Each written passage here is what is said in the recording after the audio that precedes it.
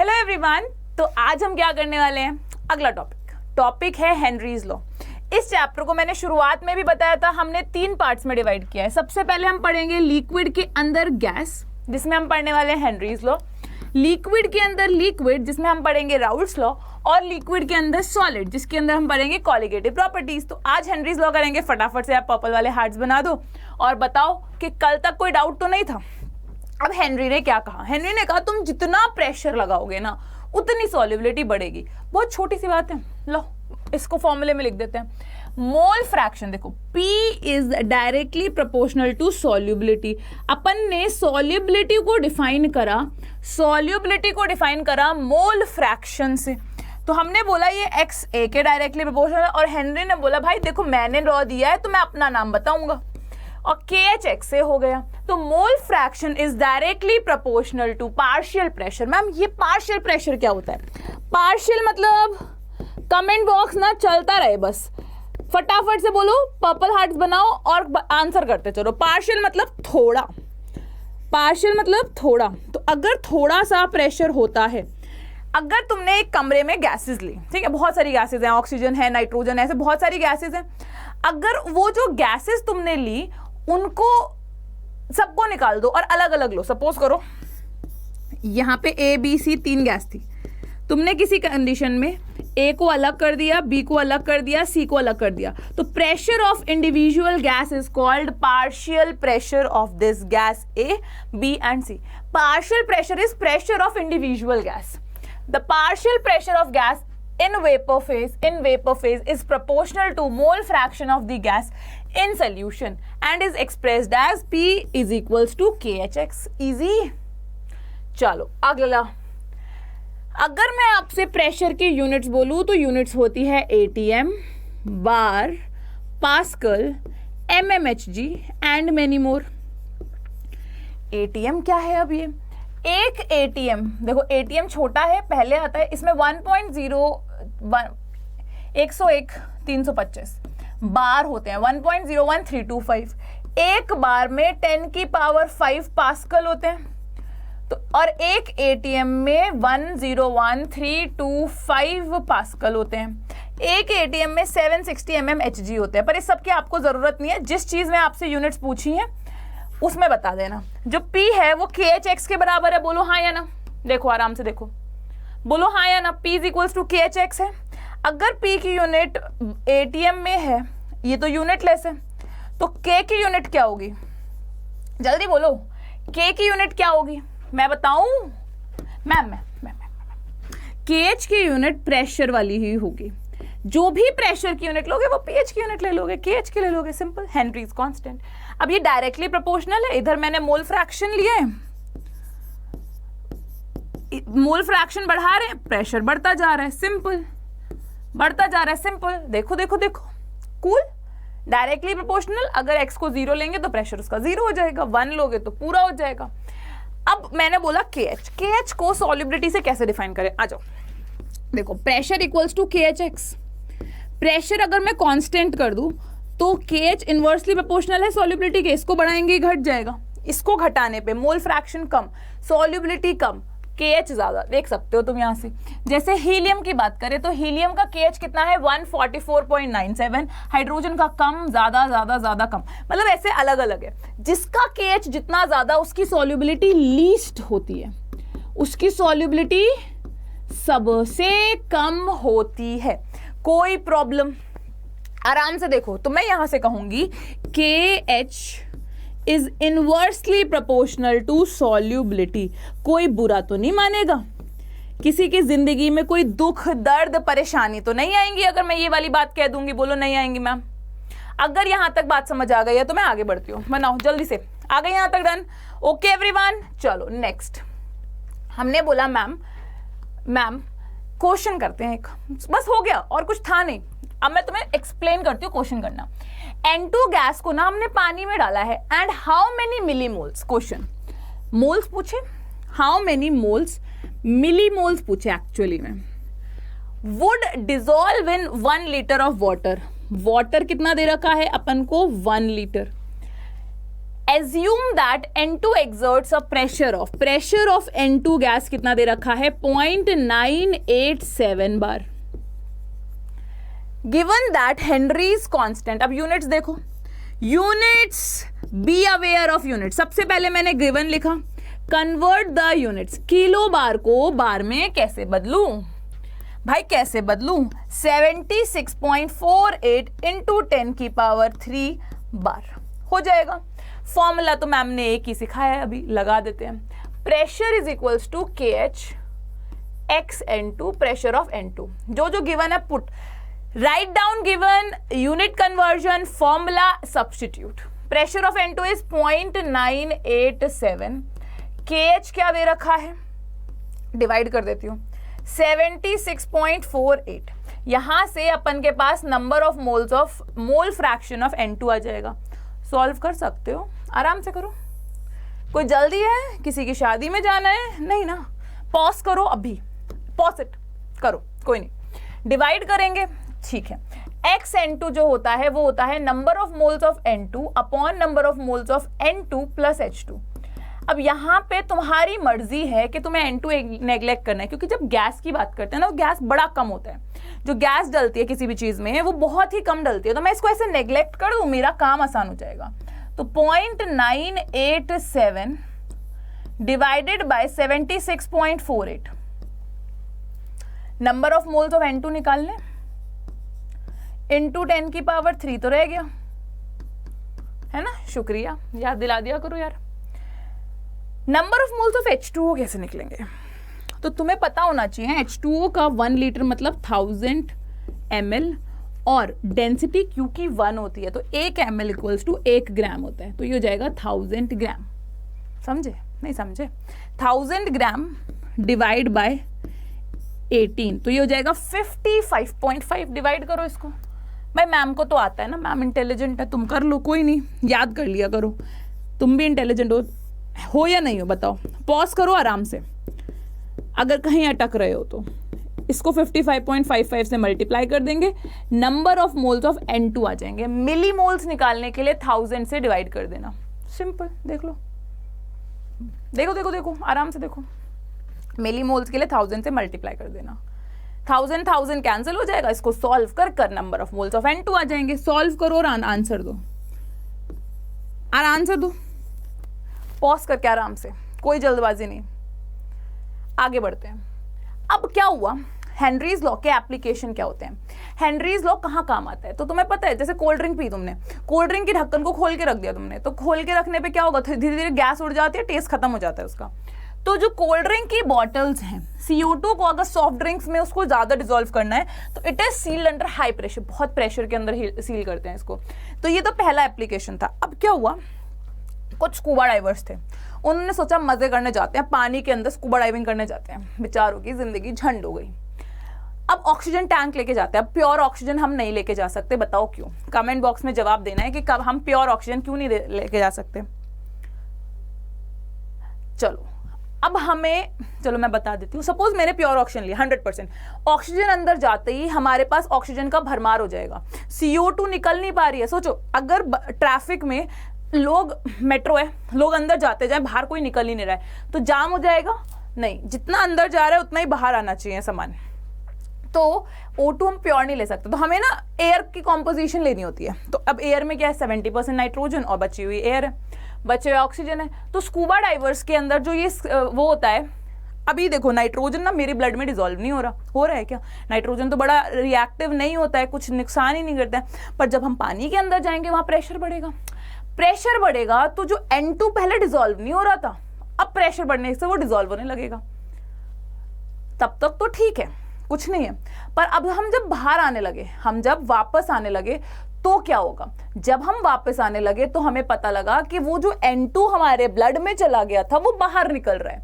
अब बाहर निकल रहा है तो क्या होगा, दर्द होगा. सोचो गैस आ जाती है तो केवल जगह जगह पे गैस आती है तो ही इतनी अनकंफर्टेबल, अनईजीनेस लगती है. अब वो नाइट्रोजन तो ऐसे दिमाग खराब कर देगा.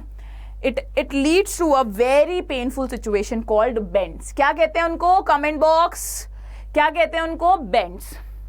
तो scuba diver must cope with high concentration of dissolved gases while breathing air at high pressure underwater.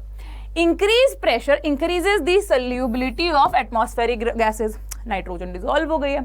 अब क्या करेंगे, जब वो सरफेस पे आते हैं तो प्रेशर डिक्रीज होता है, जिससे डिसॉल्व नाइट्रोजन निकल जाती है in the forms of bubble of nitrogen. इससे ब्लॉक हो जाती है हमारी कैपिलरीज और एक कंडीशन बनती है बेंड्स, मर भी सकता है इंसान, इतनी खतरनाक है। अब क्या करें, तो उसमें हम हीलियम डाल देते। देखा हीलियम का KH कितना कम था, KH कम था तो सॉल्युबिलिटी ज्यादा होगी, and 32% of nitrogen and 32.1% of oxygen, हमने 11.7% ऑफ हीलियम ऐड कर दिया, इससे सॉल्युबिलिटी घट जाएगी, अब नहीं डिसॉल्व होगा, समझे। थर्ड एप्लीकेशन, तुम्हें पता है, जैसे तुमने ना लद्दाख की ट्रिप बनाई, तुम बोलो यहां से ना हेलीकॉप्टर लेकर जाए लद्दाख में उतार दे, कभी भी नहीं करेगा, क्योंकि ना हमारी बॉडी को जब हम पहाड़ों पे चढ़ते हैं तो चक्कर चक्कर आने लगते हैं। क्यों होता है ऐसा, सोचा है कभी? कभी भी ऐसा तुम ट्रिप प्लान करते हो तो वो बंदा ना वो तुमको फुट हिल्स पे उतार देता है कि भाई ऊपर आप खुद जाओ, बॉडी जिससे कि रिकवर हो सके। जब हम बूढ़े होने लगते हैं तो हमारे को ना वहाँ सांस की प्रॉब्लम आती है। ये सब क्यों होता है? तो एक तो ना हार्ट की पंपिंग कैपेसिटी कम हो जाती है, ऊपर जाएंगे तो प्रेशर डिक्रीज होगा, जितना नीचे जाएंगे प्रेशर इंक्रीज होगा, जितना ऊपर जाएंगे प्रेशर डिक्रीज होगा।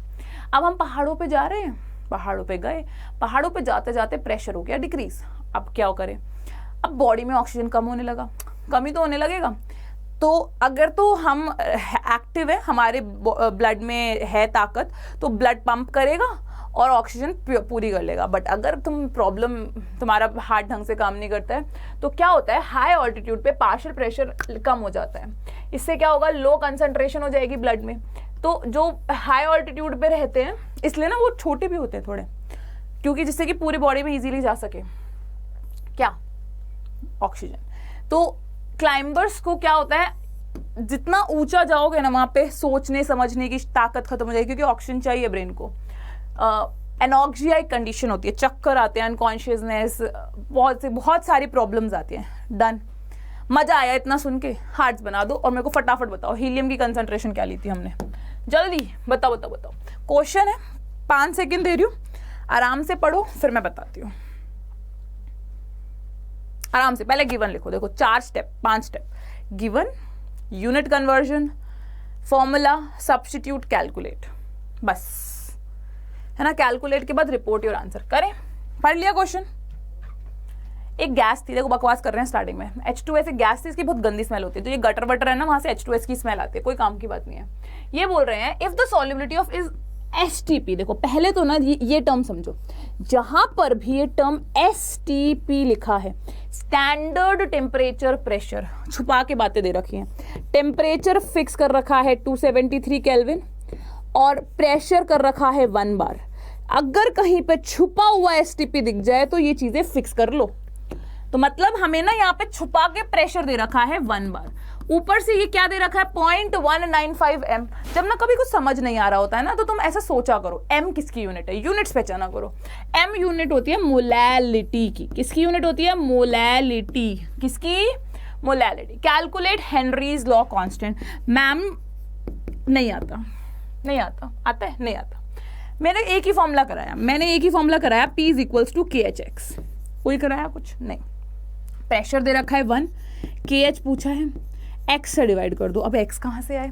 मोलैलिटी का कुछ काम होगा, मैंने तुम्हें पहले भी बताया। What is molality? It is amount of number of moles of solute dissolved in solvent. तो इसका मतलब होता है 1 kg अगर तो सॉल्वेंट रहा होगा, 1 kg तो अगर सॉल्वेंट रहा होगा, उसमें 0.195 मोल्स ऑफ सल्यूट रहे होंगे, मोल्स ऑफ सल्यूट रहे होंगे। ये हम मान लेते हैं, कुछ भी नहीं दे रखा होता तो 2 kg में इसके डबल रहे होंगे, 3 kg में इसके ट्रिपल रहे होंगे। ये ना एज्यूम कर लिया करो। बोलो यहां तक सही है?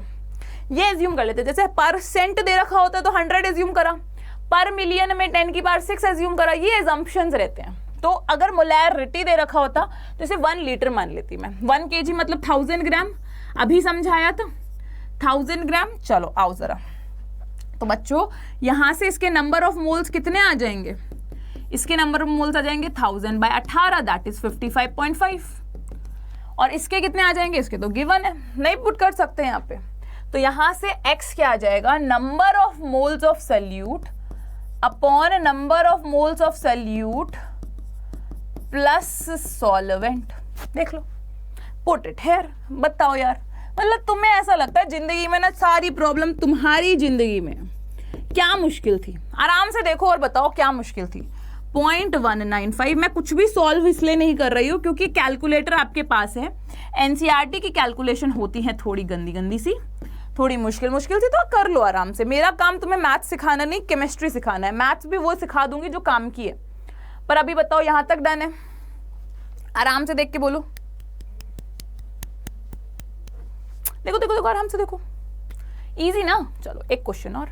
हेनरीज लॉ कांस्टेंट, अब देखो दे दिया है पास्कल में, कलर ब्लैक। KH जो दे रखा है वो दे रखा है 1.67 into 10⁸8 pascal at 298 kelvin. 500 ml of soda water है। अब देखो वाटर जितना भी दे रखा हो, वॉल्यूम दे रखी है 500 ml, तो इसको मैं 500 ग्राम के बराबर लिख सकती हूं। ये याद रख लो, ग्राम्स में कन्वर्ट कर सकते हैं। When packed under 2.5 atm pressure of CO2, CO2 का प्रेशर दे रखा है 2.5 atm। Calculate the quantity of CO2। CO2 कितना है?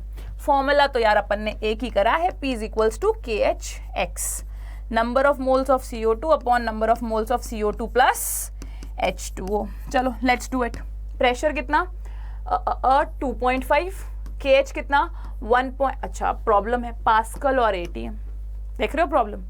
अब एक ATM में 1.01325 पास्कल थे, तो उसको मैं 2.5 इंटू 1 ATM लिख सकती हूँ।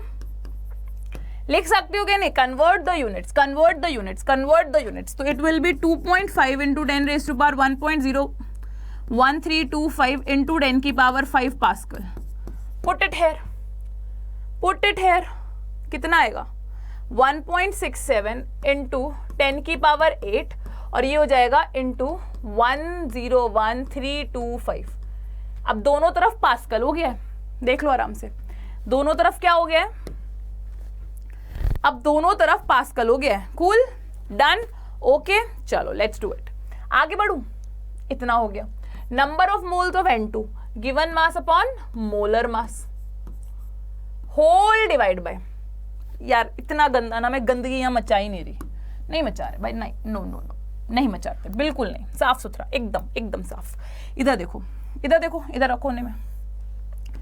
X CO2 कितना होगा? Number of moles of N2 given mass upon molar mass divided by given mass upon molar mass plus 500 by 55.55। Calculate करो यहां से और इसकी वैल्यूज यहां पे डिवाइड कर दो। कर दोगे यार? कुछ मुश्किल है क्या? कैलकुलेशन गंदी है भाई, मैंने बोल दिया पहले से ही, पहले ही बोल रही हूँ कैलकुलेशन गंदी है। 101,325 इंटू 2.5 अपॉन 1.67 इंटू 10⁸8। फिर इसको x की टर्म्स में सॉल्व कर कर, इसको सॉल्व कर कर यहां पुट कर दोगे, equals to x by 44 divided by x by 44 plus 500 by 55.55। Oh sorry 18। क्या बच्चों बताते नहीं हो ना तुम? कोई प्रॉब्लम आती है तो बोला करो। 18 समझे? इजी क्वेश्चन है, बस कैलकुलेशन मुश्किल है। क्वेश्चन आसान है, नो डाउट क्वेश्चन आसान है, बस कैलकुलेशन मुश्किल है। आराम से देखो, नहीं समझ आएगा कल पूछना। मैं मंडे को भी क्लास लूंगी डेली 5 o'clock, मैं मिला करूंगी डेली 5 o'clock। कोई डाउट आता है तो कमेंट बॉक्स में लिखा करो कि मैम ये डाउट है। क्लास बढ़िया लगी, न्यूमेरिकल्स ऐसे ही करने पड़ेंगे। एक बार मैं कराया करूंगी, एक बार तुम खुद से घर पे जाके सॉल्व किया करो, ठीक है? That's how we do numericals. तो न्यूमेरिकल्स ऐसे ही करेंगे। तो बच्चों टेक केयर, ठीक है? अभी डेली हम 5 बजे मिला करेंगे। मंडे मिलते हैं राउल्ट्स लॉ के साथ। राउल्ट्स लॉ बेहद जरूरी है, तो वो भी करेंगे हम, और न्यूमेरिकल साथ साथ करते हुए चलेंगे। इसको एक बार दोबारा देखना, डाउट आए तो कमेंट बॉक्स में लिखना, और क्लास अच्छी लगी हो तो पर्पल वाले हार्ट्स बना देना आयुषी मैम के लिए।